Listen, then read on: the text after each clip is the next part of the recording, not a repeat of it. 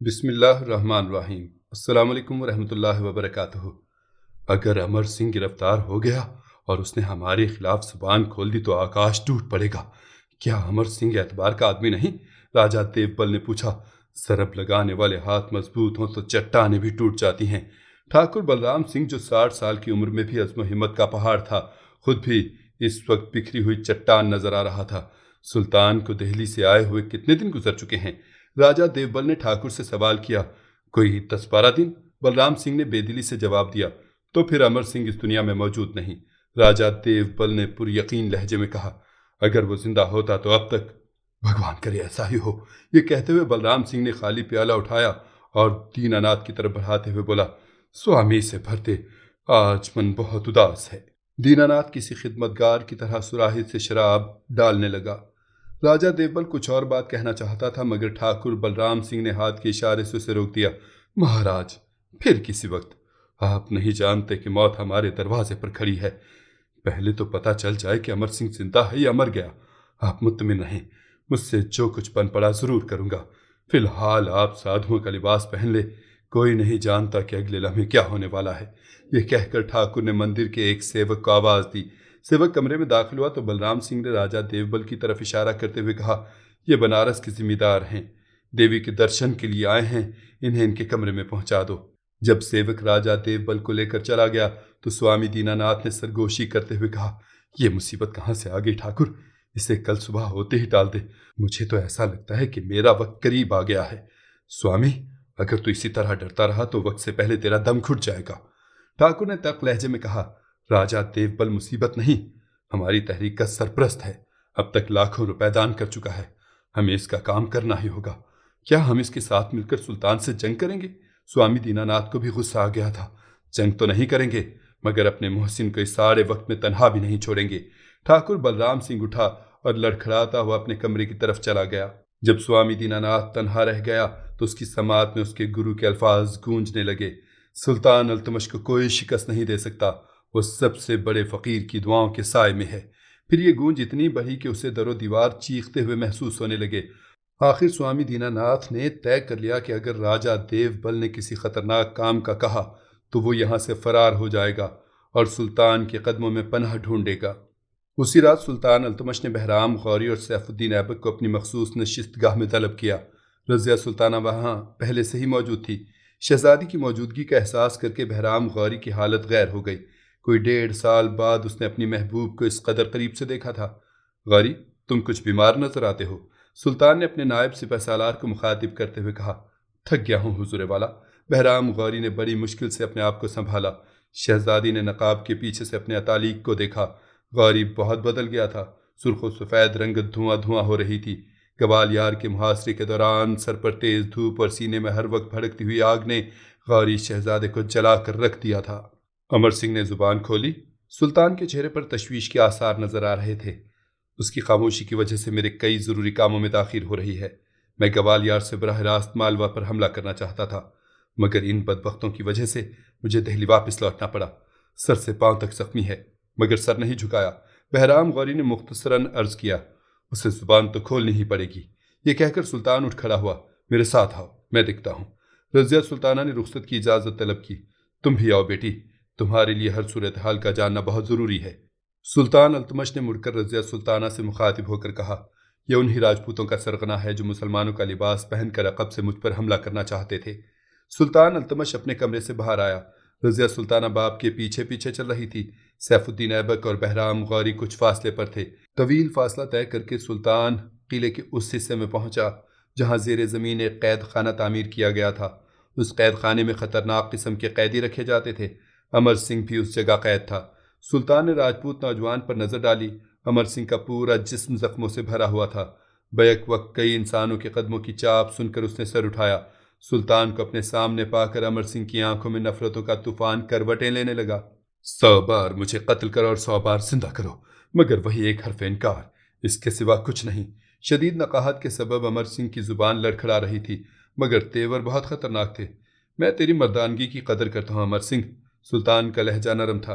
मुझे बस इतना बता दे कि तू किसके कहने पर मुसलमान हुआ था, और फिर तूने मेरे खिलाफ तलवार क्यों उठाई थी। मैं तुझ पर अपने अल्ताफ व करम की बारिश कर दूंगा। नहीं चाहिए मुझे तेरी भीख में दी हुई जिंदगी। अमर सिंह ने चीखने की कोशिश की, मगर नातवानी के सबब उसकी आवाज़ घुट कर रह गई। सुल्तान, याद रख कि मैं एक राजपूत हूँ और तेरे इक़्तिदार को ठोकर मारता हूँ। जख्मों की सोजिश ने अमर सिंह को पागल बना दिया था। जैसे ही उसकी ज़ुबान से ये अल्फाज अदा हुए, बहराम गौरी और सैफुद्दीन ऐबक की शमशीरें बेनयाम हो गईं। बस हुजूर वाला, अब इजाज़त दीजिए। बहराम गौरी के लहजे से आग बरस रही थी। नहीं गौरी, एक महकूम हमें गालियों के सिवा और क्या दे सकता है? बस यही इसका सरमाया है। सुल्तान अल्तमश ने मुस्कुराते हुए कहा, यह तो खुद चाहता है कि इसे कत्ल कर दिया जाए, मगर हम इसे जिंदा रखेंगे ताकि ये साल हर साल अपनी आंखों से हमारे इक़्तिदार के बेशुमार मुजाहरे देखे और इसकी हर सांस इसे गुलामाना जिंदगी का एहसास दिलाए। ये कहकर सुल्तान वापस जाने के लिए मुड़ा। अमर सिंह सुल्तान की शान में इंतहाई गलीज कलमात अदा कर रहा था, मगर वाली हिंद ने एक बार भी पीछे मुड़कर नहीं देखा। ठाकुर बलराम सिंह के जासूस कई दिन तक भिखारियों की शक्ल में किले के इर्द गिर्द घूमते रहे, मगर किसी शहरी की जुबान पर मफरूर राजपूतों का जिक्र नहीं था। आखिर बलराम सिंह को यकीन आ गया कि अमर सिंह मर चुका है, वरना अब तक सुल्तान की तरफ से इस साजिश के खिलाफ कोई ना कोई कार्रवाई की जा चुकी होती। ठाकुर ने सुकून की सांस ली और स्वामी दीनानाथ को अपने हमरा लेकर राजा देवबल के कमरे में पहुंचा। भगवान की कृपा से खतरा टल गया। बलराम सिंह के होंठों पर एक आसूदा मुस्कुराहट रखसा थी। अब बताइए महाराज कि हम आपकी क्या सेवा कर सकते हैं? मैं सुल्तान सिराज घराने की बेटियों और हिंदू कन्याओं की बेआबरूई का इंतकाम लेना चाहता हूँ। राजा देवबल ने इस तरह अपना मुद्दा बयान किया कि उसके चेहरे पर नफरत व गजब की आग रोशन थी। वो किस तरह? बलराम सिंह ने चौंकते हुए पूछा। मफतूहा इलाकों की हिंदू लड़कियों को तब्दीली मजहब पर मजबूर किया जाता है और फिर ये मुसलमान उनसे शादियां कर लेते हैं। राजा देवबल गजबनाक लहजे में बोल रहा था। तुझे याद होगा ठाकुर कि ऊच के राजा की लड़की को भी इसी तरह मुसलमान किया गया था और शहाबुद्दीन गौरी ने उससे शादी कर ली थी। मैं भी सुल्तान अल्तमश की बेटी को हिंदू करके उससे शादी करना चाहता हूँ। ठाकुर बलराम सिंह और स्वामी दीनानाथ आंखें फाड़े राजा देवबल की बातें सुन रहे थे। राजपाट की बाजी तो हार गया, लेकिन अगर मैंने ये बाजी जीत ली तो सुल्तान की कमर टूट जाएगी और फिर बाकी हिंदू रियासतें उसके फितना शर से महफूज हो जाएंगी। राजा देवबल की गुफ्तगू सुनकर स्वामी दीनानाथ और ठाकुर बलराम सिंह को सख्ता सा हो गया था। अब इसके सिवा कोई रास्ता नहीं। राजा देवबल ने स्वामी दीनानाथ और ठाकुर बलराम सिंह को खामोश पाकर कहा, नहीं, हरगिज नहीं। यकायक स्वामी चीखने लगा, क्या शहजादी रजिया सुल्ताना से शादी करना ऐसा है कि आपने अपने चंद सिपाही भेजकर किसी देहाती लड़की को उठा लिया और फिर उसे अपनी दासी बना लिया? अगर आपको सुल्तान की बेटी से शादी ही करनी है तो दिल्ली के किले की ईंट से ईंट बजा दीजिए, फिर तो मुमकिन है कि आपका ये ख्वाब पूरा हो जाए, वरना लोग पागल कहेंगे। जोश जज्बात में स्वामी का लहजा गुस्ताखाना हो गया था। मुझे पागल कहता है स्वामी? उस दरिंदे के पागलपन को नहीं देखा? राजा देवपल ने इंतहाई तल्ख लहजे में कहा। वो इख्तदार में है, उसे कोई पागल नहीं कहेगा। स्वामी दीनानाथ से दलाइल में कौन जीत सकता था? लोग उसकी दीवानगी की भी तारीफें करेंगे। पागल तो हम हैं कि जंग हार गए हैं। मैं उसी हारी हुई जंग को तो जीतना चाहता हूँ। मसलहत को देखते हुए राजा देवबल एक बार फिर ठंडा पड़ गया था। क्षमा कीजिए महाराज, जंग इस तरह नहीं जीती जाती। स्वामी खुले लफ्जों में राजा देवबल का मुजाहका उड़ा रहा था। बिल फर्ज अगर आप शहजादी रजिया सुल्ताना से शादी करने में कामयाब हो गए, मगर उसके बाद आपको खबर है कि सुल्तान का रद्द अमल क्या होगा? अपनी एक बेटी के बदले में 2 लाख हिंदू बेटियों को बेआबरू कर देगा और वो अपने इस इंतकाम में हक बजानिब होगा। दुनिया का कोई भी कानून उसे नहीं, आपको मुजरिम करार देगा। क्या आपकी एक जज्बाती गलती के बायस पूरी हिंदू कौम बर्बाद हो गई? स्वामी दीनानाथ बड़े होश की बातें कर रहा था, मगर राजा देवबल पर बस एक ही धुन सवार थी, इंतकाम और सिर्फ इंतकाम। अगर हम ऐसा नहीं करेंगे तब भी सुल्तान का यही अमल होगा। राजा देवबल स्वामी दीनानाथ को कायल करने की कोशिश कर रहा था। अल्तमश रियासत जालूर को खा गई। उसने रतनबोर जैसे नाकाबिले तस्खीर किले पर अपना परचम लहराया। लखनऊती और बिहार को निगल गया। इतनी बड़ी रियासत गवालियार भी उसके शिकम में समा गई। क्या ये सब कुछ इसलिए हुआ कि हमने उसकी बेटी पर जबर किया था? नहीं स्वामी नहीं, तेरी सारी जिंदगी मंदिरों की घंटियां सुनते और भजन गाते गुजरी है। तुझे क्या मालूम कि राजनीति के सांप के कितने मुंह होते हैं? उसके 1000 मुंह होते हैं, मगर उसके हर मुंह से जहर ही टपकता है। तू काले नाग की कितनी ही सेवा कर ले, मगर वो तुझे अमृत नहीं दे सकता। अगरचे एक हिंदू होने की हैसियत से राजा देवबल भी नाग पंचमी की पूजा करता था और जहरीले सांपों से अमृत की तवक्को रखता था, लेकिन सुल्तान अल्तमश से इंतकाम लेने की खातिर वो अपनी पूजा को भी झुठला रहा था। कुछ भी हो महाराज, उस सांप को न छेड़िए। स्वामी दीनानाथ की भी एक ही रिट थी और वो किसी तरह काबू में नहीं आ रहा था। ये बैठा है ठाकुर, पूछ लीजिए इससे। दीनानाथ ने बलराम सिंह की तरफ इशारा करते हुए कहा। ठाकुर बहुत देर से टिकटिकी बांधे राजा देवबल और स्वामी की बातें सुन रहा था। मैंने बलराम सिंह से बहुत पहले कह दिया था कि सुल्तान अल्तमश का कोई कुछ नहीं बिगाड़ सकता। मेरे गुरु ने भी यही कहा था और मैं भी यही कहता हूँ। स्वामी, बस रहने दे अपने ज्ञान की बातें। ठाकुर बलराम सिंह ने पहली बार अपने होंठों को जुम्बुश दी। जब दुश्मन से सामना हो तो ज्ञान की नहीं, बाजुओं की शक्ति काम आती है। तेरे बाजुओं में शक्ति है? बलराम सिंह को राजा देवबल का तरफदार पाकर स्वामी दीनानाथ झुंझला गया था। हाथों में नहीं, दिमाग में तो है। ठाकुर की आवाज में किसी दरिंदे की सी गुर्राहट थी। तू पागल हो गया है ठाकुर। स्वामी दीनानाथ भी आपे से बाहर हो गया था। मगर याद रख कि मैं तेरे इस पागलपन में शरीक नहीं हूं। तो अपने हर काम का खुद जिम्मेदार होगा। स्वामी ने दिल ही दिल में फैसला कर लिया था कि वो कल किसी भी वक्त सुल्तान की खिदमत में हाजिर होकर मजहब इस्लाम कबूल कर लेगा और इसके साथ ही वाली हिंद से दरख्वास्त करेगा कि उसे मुकम्मल तौर पर तहफ़्फ़ुज़ दिया जाए। ठीक है स्वामी, बलराम सिंह ने नफरत आमेज लहजे में कहा। तेरा साथ छोड़ देना ही हमारे हक में बेहतर है। तुझ जैसा कायर, तुझ जैसा बुज़दिल मजहब की जंग लड़ भी नहीं सकता। ये कहकर ठाकुर बलराम सिंह राजा देवबल से मुखातिब हुआ। महाराज, मैं आपके साथ हूँ, मगर क्या? राजा देवबल ने चौंक कर पूछा। इस खेल में सरासर नुकसान ही नुकसान है। बलराम सिंह ने एक एक लफ्ज पर जोर देते हुए कहा। हाँ, अगर शहजादी रजिया सुल्ताना हमारे हाथ आ गई तो फिर किसी नुकसान की परवाह नहीं। राजा देवबल बहुत ज्यादा खुश नजर आ रहा था। अच्छा, तो मुझे आज्ञा दीजिए। ये कहकर स्वामी दीनानाथ उठ खड़ा हुआ। मैं आप लोगों को खुदकुशी करते नहीं देख सकता। स्वामी के चेहरे पर शदीद नागवारी के आसार नुमाया थे। वो तेज कदमों के साथ जेर जमीन इशरत कदे से निकलकर अपने पूजा के कमरे की तरफ चला गया। दीनानाथ के जाते ही राजा देवबल ने बलराम सिंह से कहा। ठाकुर, स्वामी को समझाने की कोशिश कर। उसकी नाराजगी से हमारा बना बनाया खेल बिगड़ भी सकता है। नहीं महाराज, बलराम सिंह के लहजे से मायूसी झलक रही थी। अब उसे कोई नहीं समझा सकता।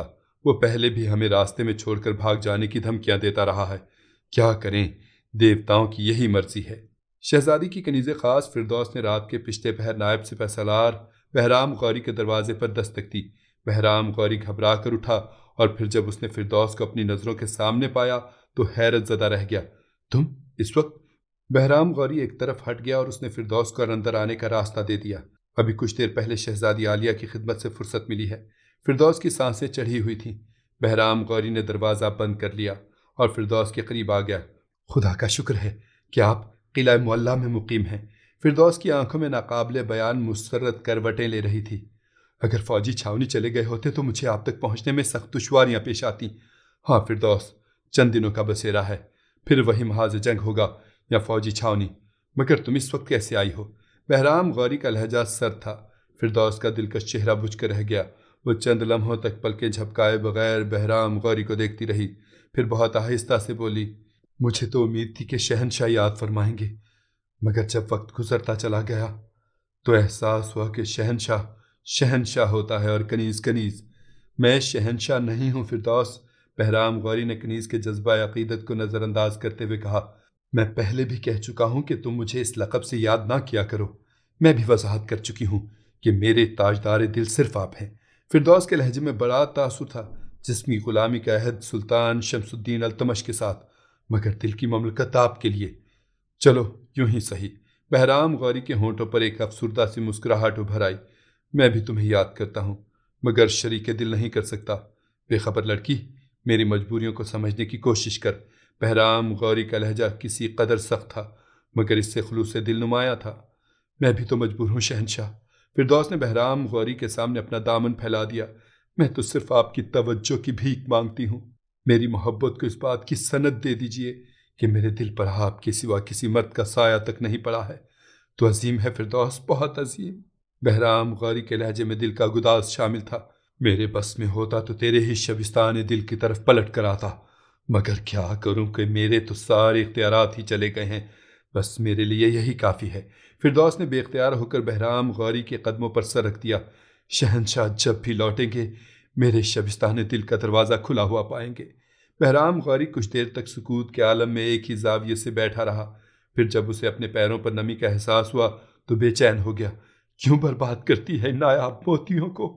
बहराम गौरी ने बेइरादा फिरदौस के सर पर हाथ रख दिया।